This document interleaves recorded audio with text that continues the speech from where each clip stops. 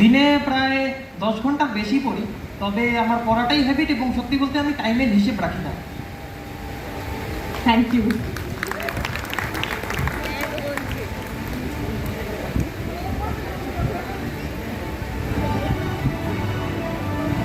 কৃষ্ণনগর নতুন Kalipur cultural and welfare সোসাইটির পক্ষ থেকে আমরা সম্মান জানাই আমাদের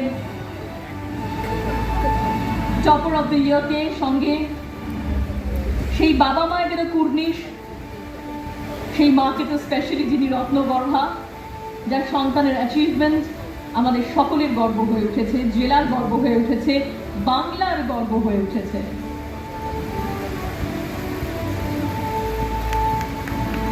অভিক, তোমার উজ্জ্বল আগামী ভবিষ্যতের জন্য আমাদের গোটা ওয়েলফেয়ার সোসাইটির পক্ষ থেকে অনেক শুভেচ্ছা।